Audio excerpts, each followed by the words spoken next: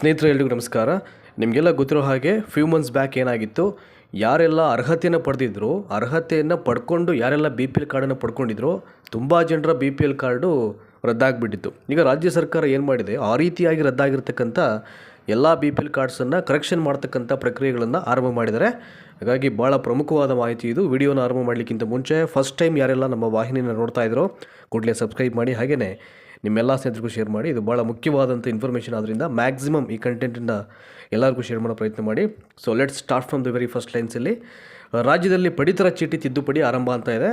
So ಹಾಗಾದರೆ ರದ್ದಾಗಿದ್ದಂಥ B P L ಕಾರ್ಡ್ಸನ್ನು ಕರೆಕ್ಷನ್ ಮಾಡಲಿಕ್ಕೆ ಏನೆಲ್ಲ ದಾಖಲಾತಿಗಳು ಬೇಕಾಗುತ್ತೆ ಅಂತ, ಅದಕ್ಕೆ ಸಂಬಂಧಪಟ್ಟಂಥ ಸಂಪೂರ್ಣ ಮಾಹಿತಿಯನ್ನು ಇಲ್ಲಿ ಸ್ಟೆಪ್ ವೈಸ್ ಕೊಟ್ಟಿದ್ದಾರೆ. ಇಲ್ಲಿ ಎಲ್ಲರೂ ಹೇಳ್ಬಿಡ್ತೀನಿ ನಿಮಗೆ. ಇತ್ತೀಚೆಗಷ್ಟೇ ಅರ್ಹರಾಗಿದ್ದರೂ ಕೂಡ ರದ್ದಾಗಿದ್ದಂಥ ಬಿ ಪಿ ಎಲ್ ಕಾರ್ಡ್ಗಳನ್ನು ಮರಳಿ ಪಡ್ಕೊಳ್ಳಿಕ್ಕೆ ಅವಕಾಶವನ್ನು ನೀಡಿದ್ದ ಸರ್ಕಾರ ಇದೀಗ ಪಡಿತರ ಚೀಟಿಯಲ್ಲಿನ ತಪ್ಪುಗಳನ್ನು ಸರಿಪಡಿಸಿಕೊಳ್ಳಿಕ್ಕೆ ಮರು ಅವಕಾಶವನ್ನು ಕಲ್ಪಿಸಿಕೊಡಲಾಗಿದೆ ಅಂತ. ಅದನ್ನು ಇಲ್ಲಿ ರೇಷನ್ ಕಾರ್ಡ್ ಕರೆಕ್ಷನ್ ಅಂತ ಹೇಳ್ತಾರೆ. ಈಗ ಇನ್ ಕೇಸ್ ಏನಾದರೂ ತಪ್ಪಿದರೆ ಅದನ್ನು ಕರೆಕ್ಷನ್ ಮಾಡಿಸಿ ಮತ್ತೆ ಹೇಗೆ ನಿಮ್ಮ ಬಿ ಪಿ ಎಲ್ ಕಾರ್ಡನ್ನು, ಅಂದರೆ ಅರ್ಹತೆ ಪಡ್ಕೊಂಡಿರ್ತಕ್ಕಂಥ ಬಿ ಪಿ ಎಲ್ ಕಾರ್ಡನ್ನು ನೀವು ಮತ್ತೆ ವಾಪಸ್ ಪಡ್ಕೊಳ್ಳಿಕ್ಕೆ ಅವಕಾಶ ಇದೆ ಅನ್ನೋ ರೀತಿಯಲ್ಲಿ ಸಾರ್ವಜನಿಕರು ತಮ್ಮ ರೇಷನ್ ಕಾರ್ಡ್ಗಳಲ್ಲಿ ನೇಮನ್ನು ನೀವು ಸೇರ್ಪಡೆ ಮಾಡೋದಾಗಿರ್ಬೋದು, ಮತ್ತು ಇನ್ನು ಯಾವುದೇ ಬದಲಾವಣೆಗಳಿದ್ದಲ್ಲಿ ನಿಗದಿತ ಅವಧಿಯ ಒಳಗೆ, ಅದಕ್ಕೊಂದು ಟೈಮ್ ಬೌಂಡಿಂಗ್ ಅಂತ ಇರುತ್ತೆ. ಆ ಒಂದು ನಿಗದಿತ ಅವಧಿಯ ಒಳಗಡೆ ಆನ್ಲೈನ್ ಅಥವಾ ಆಫ್ಲೈನ್ ಮೂಲಕವಾಗಿ ಅಪ್ಲಿಕೇಶನ್ ಹಾಕಲಿಕ್ಕೆ ಅವಕಾಶವನ್ನು ಮಾಡಿದ್ದಾರೆ. ನಿಮಗೆ ಹೇಳ್ತೀನಿ ಲಾಸ್ಟ್ ಡೇಟ್ ಯಾವಾಗಿದೆ, ಅದಕ್ಕೆ ಹೇಗೆ ಅಪ್ಲಿಕೇಶನ್ ಹಾಕಬೇಕು ಅಂತ ಅಂದ್ಬಿಟ್ಟು ಇಲ್ಲಿ ಮುಂದೆ. ಈ ತಿದ್ದುಪಡಿ ಪ್ರಕ್ರಿಯೆಗಾಗಿ ಸಾರ್ವಜನಿಕರು ಕೊನೆಯ ಕ್ಷಣದ ಗಡಿಬಿಡಿ ಹಾಗೂ ತಾಂತ್ರಿಕ ತೊಂದರೆಗಳನ್ನು ತಪ್ಪಿಸಲಿಕ್ಕೆ ಸರ್ಕಾರವು ಸುದೀರ್ಘ ಕಾಲಾವಕಾಶವನ್ನು ನೀಡಿದೆ. ಸುದೀರ್ಘ ಕಾಲಾವಕಾಶ ಅಂದರೆ ಏನು, 5 ತಿಂಗಳು 6 ತಿಂಗಳು 7 ತಿಂಗಳು ಅಲ್ಲ. ನಿಮಗೆ 2026 ಅಂತಂದರೆ ನಾವು ನಿಮಗೆ ನೆಕ್ಸ್ಟು ಮಾರ್ಚ್ 31, 2027 ತನಕ ಟೈಮ್ ಇದೆ ನಿಮಗೆ ಕೊಟ್ಟಿರುವಂಥದ್ದು. ಅಂದರೆ ಒಂದು ನೇಮ್ಸನ್ನ ಸೇರ್ಪಡೆ ಮಾಡೋದಾಗಿರ್ಬೋದು, ಅಥವಾ ಏನಾದರೂ ತಪ್ಪಿದರೆ ಕಾರ್ಡ್ಸಲ್ಲಿ ಅದನ್ನು ಕರೆಕ್ಷನ್ ಮಾಡೋದಾಗಿರ್ಬೋದು, ಅಥವಾ ಇನ್ಯಾವುದಾದ್ರೂ ಫೋಟೋ ಏನಾದರೂ ಸಮಸ್ಯೆ ಇದ್ದರೆ ಅದನ್ನು ಬೇರೆ ಫೋಟೋವನ್ನು ನೀವು ಅಪ್ಲೋಡ್ ಮಾಡೋದಾಗಿರ್ಬೋದು. ಇದೆಲ್ಲದಕ್ಕೂ ಏನೆಲ್ಲ ತಿದ್ದುಪಡಿ ಮಾಡಲಿಕ್ಕೆ ಸಾಧ್ಯ ನಿಮ್ಮ ಕಾರ್ಡ್ಸಲ್ಲಿ ಅವೆಲ್ಲವನ್ನು ಮಾಡಿಸ್ಲಿಕ್ಕೆ ಈಗ ಸ್ಟೇಟ್ ಗೌರ್ಮೆಂಟ್ ಏನು ಮಾಡಿದೆ, ಮಾರ್ಚ್ 31, 2027 ತನಕ ಟೈಮನ್ನು ಕೊಟ್ಟಿದ್ದಾರೆ. ಹಾಗಾಗಿ ಒಂದು ಸುದೀರ್ಘ ಕಾಲಾವಕಾಶ ಆಗಿರೋದ್ರಿಂದ ಅರ್ಹ ಫಲಾನುಭವಿಗಳು ಏನು ಮಾಡಬೇಕು, ಈ ಮಾರ್ಚ್ 31, 2027 ಒಳಗಾಗಿ ತಮ್ಮ ಹತ್ತಿರದ ಎಲ್ಲೆಲ್ಲಿ ನೀವು ಅಪ್ಲಿಕೇಶನ್ ಕೊಟ್ಟು ತಿದ್ದುಪಡಿ ಮಾಡಿಸಬೇಕು, ಗ್ರಾಮ 1 ಆಗಿರ್ಬೋದು, ಕರ್ನಾಟಕ 1 ಅಥವಾ ಬೆಂಗಳೂರು 1 ಕೇಂದ್ರಗಳಿಗೆ ವಿಸಿಟ್ ಮಾಡಿ ಅಗತ್ಯ ದಾಖಲೆಗಳನ್ನು ಕೊಟ್ಟವರಿಗೆ ತಿದ್ದುಪಡಿಗಾಗಿ ಅಪ್ಲಿಕೇಶನ್ ಹಾಕಬೇಕು ಅಂತ ಹೇಳಿದ್ದಾರೆ ಇಲ್ಲಿ.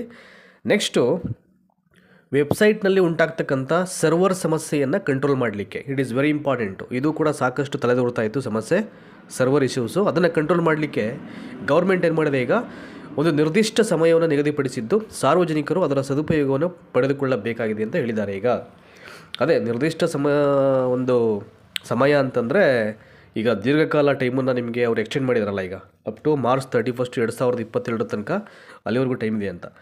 ನಾನು ಆರಂಭದಲ್ಲೇ ಹೇಳಿದೆ, ಇಲ್ಲಿ ಸಾಕಷ್ಟು ವಿಷಯಗಳನ್ನು ಕೊಟ್ಟಿದ್ದಾರೆ, ಏನೆಲ್ಲ ಕರೆಕ್ಷನ್ ಮಾಡಿಸ್ಲಿಕ್ಕೆ ಅವಕಾಶ ಇದೆ ನಿಮ್ಮ ಬಿ ಪಿ ಎಲ್ ಕಾರ್ಡ್ ಅಂತ ಅಂದ್ಬಿಟ್ಟು. ಮೊದಲನೇದು ಹೊಸ ಸದಸ್ಯರ ಹೆಸರು ಸೇರ್ಪಡೆ ಅಂತ. ಯಾರಾದರೂ ನೇಮ್ಸನ್ನು ನೀವು ಆ್ಯಡ್ ಅಪ್ ಮಾಡಬೇಕು ಅಂದರೆ ಮಾಡಿಸ್ಬೋದು. ಇನ್ನು ನ್ಯಾಯಬೆಲೆ ಅಂಗಡಿ ವಿಳಾಸವನ್ನು ಬದಲಾವಣೆ ಮಾಡ್ಬೋದು, ಅಥವಾ ಮೊಬೈಲ್ ಸಂಖ್ಯೆಯನ್ನು ಅಲ್ಲಿಗೆ ಸೇರಿಸ್ಬೋದು.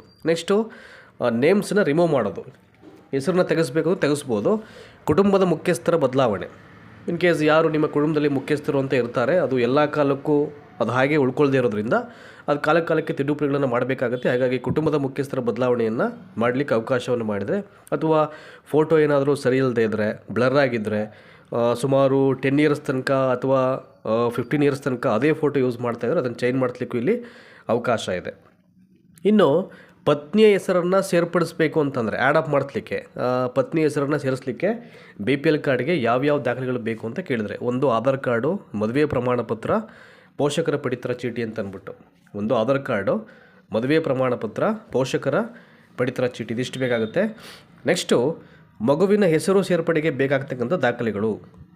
ಅದು ಮಗುವಿನ ಒಂದು ಬರ್ತ್ ಸರ್ಟಿಫಿಕೇಟ್ ಬೇಕಾಗುತ್ತೆ, ಇನ್ನು ಪೋಷಕರ ಆಧಾರ್ ಕಾರ್ಡ್ ಬೇಕಾಗುತ್ತೆ. ಇದಕ್ಕೆ ಮಗುವಿನ ಹೆಸರನ್ನು ಸೇರ್ಪಡೆ ಮಾಡಲಿಕ್ಕೆ ಬೇಕಾಗಿರ್ತಕ್ಕಂಥ ದಾಖಲೆಗಳು, ಅಂದರೆ ಬಿ ಪಿ ಎಲ್ಗೆ ಸೇರ್ಪಡೆ ಮಾಡಲಿಕ್ಕೆ ಅಂತ. ಒಂದು ಮಗುವಿನ ಜನನ ಪ್ರಮಾಣ ಪತ್ರ, ಮತ್ತೊಂದು ಪೋಷಕರ ಆಧಾರ್ ಕಾರ್ಡು.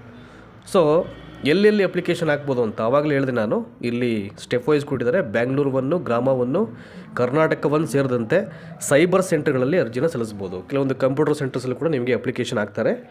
ಕೆಲವೊಂದು ಕಡೆ ನೀವು ಅಲ್ಲೆಲ್ಲ ವಿಚಾರಿಸಿ ಅಲ್ಲೂ ಕೂಡ ನಿಮ್ಮ ಅಪ್ಲಿಕೇಶನ್ ಸಲ್ಲಿಸಲಿಕ್ಕೆ ಅವಕಾಶ ಇದೆ. ಇನ್ನು ಈ ಪಡಿತರ ಚೀಟಿ ತಿದ್ದುಪಡಿ ಮಾಡ್ತಕ್ಕಂಥ ವಿಧಾನಗಳಲ್ಲಿ ಒಂದಷ್ಟು ಸ್ಟೆಪ್ಸ್ ಕೊಟ್ಟಿದ್ದಾರೆ ಅವರೇ.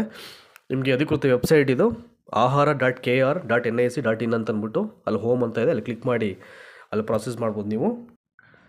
ಸೊ ಇನ್ನು ಅದನ್ನು ಬಿಟ್ಟರೆ ನೋಡಿ ಇಲ್ಲಿದೆಯಲ್ಲ, ಇಲ್ಲಿ ಮುಖ್ಯ ಪುಟದಲ್ಲಿ ಈ ಸೇವೆಗಳನ್ನು ಆಯ್ಕೆ ಮಾಡಿ ಅಂತ. ಅಂದರೆ ಫಸ್ಟು ವೆಬ್ಸೈಟ್ ಕ್ಲಿಕ್ ಮಾಡಿ, ಅದಾದ ನಂತರದಲ್ಲಿ ಒಂದು ಮೆನು ಓಪನ್ ಆಗುತ್ತೆ, ಅಲ್ಲಿ ಈ ಸರ್ವಿಸ್ ಅಂತ ಇದೆ, ಅದನ್ನು ಕ್ಲಿಕ್ ಮಾಡಿ ಅಂತ ಹೇಳಿದರೆ, ಅದಾದಮೇಲೆ ತಿದ್ದುಪಡಿ ಅಥವಾ ಹೊಸ ಸೇರ್ಪಡೆಗೆ ವಿನಂತಿ ಆಯ್ಕೆಯನ್ನು ಕ್ಲಿಕ್ ಮಾಡಿ ಅಂತ. ನೆಕ್ಸ್ಟು ಹೋಮ್ ಪೇಜ್ ಫಾರ್ಮ್ನಲ್ಲಿ ಅಗತ್ಯ ಮಾಹಿತಿಯನ್ನು ಭರ್ತಿ ಮಾಡಿ ಅಂತ ಹೇಳಿದ್ದಾರೆ. ಇದೆಲ್ಲ ನಿಮಗೆ ಕಷ್ಟ ಆದರೆ ಹೇಳಿದ್ನಲ್ಲ, ಸೊ ಸೈಬರ್ ಸೆಂಟ್ರಲ್ಲಿ ಹೋಗ್ಬಿಟ್ರೆ ಅವರು ಕ್ಲಿಯರ್ ಕಟ್ಟಾಗಿ ಎಲ್ಲವರ ನಿಮ್ಮ ದಾಖಲೆ ಇಸ್ಕೊಂಡು ಅವರೇ ವಿತೌಟ್ ಎನಿ ಮಿಸ್ಟೇಕ್ಸ್ ನಿಮ್ಮ ಸಮ್ಮುಖದಲ್ಲೇ ಮಾಡ್ಕೊಳ್ತಾರೆ. ದಯಮಾಡಿ ಆ ಪ್ರಾಸೆಸ್ ಎಂಡ್ ಆಗೋ ತನಕ ಅವರ ಪಕ್ಕದಲ್ಲೇ ಕೂತ್ಕೊಂಡು ಎಲ್ಲ ದಾಖಲೆಯನ್ನು ಅವ್ರು ಕೇಳಿದಂಥ ಮಾಹಿತಿಯನ್ನು ಹೇಳಿ ನೀವು ಒಂದು ಸಲ ಅಲ್ಲಿ ಕ್ರಾಸ್ ಚೆಕ್ ಮಾಡಿ ಸಿಸ್ಟಮಲ್ಲಿ ಎಲ್ಲವೂ ಆದ ನಂತರದಲ್ಲಿ. ಸೊ ನೆಕ್ಸ್ಟು ನೋಡಿ ಕೊನೆಯಲ್ಲಿ ಕೊಡಿದ್ರಲ್ಲಿ ಅರ್ಜಿ ಸಲ್ಲಿಸಿದ ನಂತರ ಸ್ವೀಕೃತಿ ಪತ್ರವನ್ನು ಕಡ್ಡಾಯವಾಗಿ ಸುರಕ್ಷಿತವಾಗಿ ಇಟ್ಟುಕೊಳ್ಳಿ ಅಂತ. ದಟ್ ಈಸ್ ವೆರಿ ಇಂಪಾರ್ಟೆಂಟ್ ಇದು. ಸೊ ಯಾವುದೇ ಅಪ್ಲಿಕೇಶನ್ ಹಾಕಿದ್ರೂ ಲಾಸ್ಟಲ್ಲಿ ಒಂದು ರೆಸಿಪ್ಟ್ ಅಂತ ಬರುತ್ತೆ, ಅದನ್ನು ನಾವು ಭಾಳ ಸುರಕ್ಷಿತವಾಗಿ ಕಡ್ಡಾಯವಾಗಿ ಅದನ್ನು ಸೇಫ್ ಮಾಡಬೇಕು. ಅರ್ಜಿಯ ಸ್ಥಿತಿಯನ್ನು ಪರಿಶೀಲಿಸಲಿಕ್ಕೆ ಇದು ಅತ್ಯಗತ್ಯ ಅಂತೆ. ಅಂದರೆ ನಾವು ಕಾಲಕ್ಕೆ ಚೆಕ್ ಮಾಡಬೇಕಲ್ಲ, ಸೊ ಯಾವ ಹಂತದಲ್ಲಿದೆ ಅಪ್ಲಿಕೇಶನ್ ಪ್ರಾಸೆಸ್ಸು ಅವೆಲ್ಲ ಚೆಕ್ ಮಾಡಬೇಕು ಅಂತಂದರೆ ಅಲ್ಲಿ ರೆಸಿಪ್ಟಲ್ಲಿ ನಂಬರ್ ಇರುತ್ತೆ, ಆ ನಂಬರನ್ನ ಕೊಟ್ಬಿಟ್ಟು ನಮಗೆ ಅದನ್ನೆಲ್ಲ ತಿಳ್ಕೊಳ್ಳಿಕ್ಕೆ ಅವಕಾಶ ಆಗುತ್ತೆ. ಹಾಗಾಗಿ ರೆಸಿಪ್ಟನ್ನು ಜೋಪಾನವಾಗಿ ಕೀಪ್ ಮಾಡಬೇಕು. ಸೊ ಅಪ್ಲಿಕೇಶನ್ ಆಗ್ತಂತ ಸುಮಾರು 15ರಿಂದ 30 ದಿನಗಳ ಒಳಗಾಗಿ ತಿದ್ದುಪಡಿ ಮಾಡಲಾದಂಥ ಒಂದು ಹೊಸ ರೇಷನ್ ಕಾರ್ಡ್ ಅದು ನಿಮಗೆ ಆಟೋಮ್ಯಾಟಿಕ್ ಬರುತ್ತೆ. ಸೊ ತುರ್ತು ಅಗತ್ಯ ಇದ್ದರೆ ಮಾತ್ರ ಪ್ರಕ್ರಿಯೆಗಳು ಪೂರ್ಣಗೊಂಡ 7ರಿಂದ 10 ದಿನಗಳಲ್ಲಿ ಸಿಗಲಿದೆ ಅಂತ.